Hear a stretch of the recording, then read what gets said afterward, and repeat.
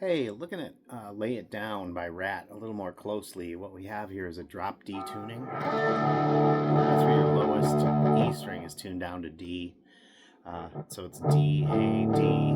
That way you can do a giant D chord like this. And you can still hit the big fat string in there. Anyway, I was saying in the original video, it's much better to play it down here. It sounds more correct and it's easier on your fingers. Make you feel like you're a terrible person because you can't do this, right?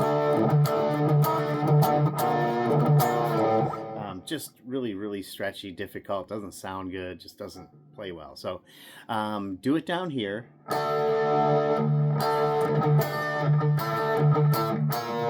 What we have is a D chord with the second finger on the skinny string, right? Play two open D notes after you hit the D chord. Now do a pull off with your pinky on the third fret of the skinny string, pulling it off to the second fret. That's a D suspended 4 chord pulled off to the D chord. Like that, right? Now he's going to pull off, instead of the 4 suspended, he's going to do it the 2 suspended. Well, this is a D note, so this is the second note of the D scale here.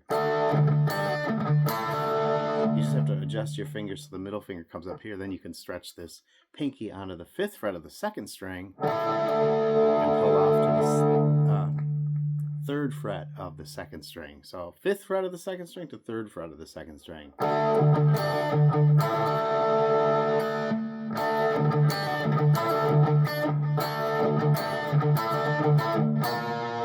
Then he takes this guy and creates some extra tension by moving the 2 and the 5 up to 3 and 6.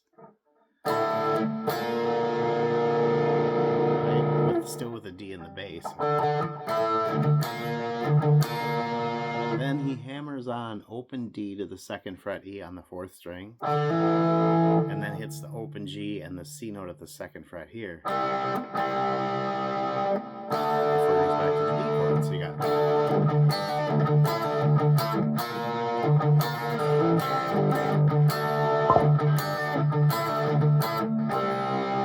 that's how it ends, but he does a little climb up in between too with the open D, drop D tuning go.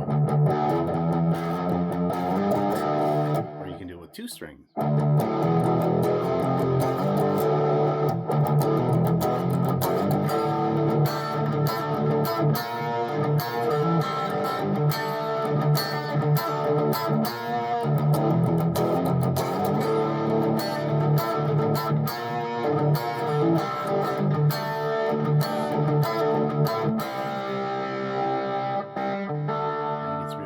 Turn down the volume a little, you can go like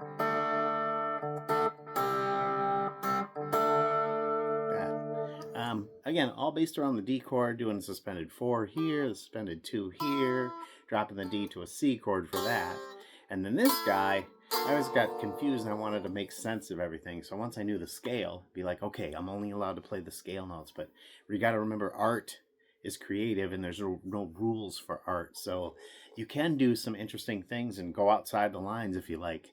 I find that if you know what the rules are, and the players that do know what the rules are tend to go outside the lines of those rules more often than people that play by ear. So this guy is kind of an outside the lines rule thing.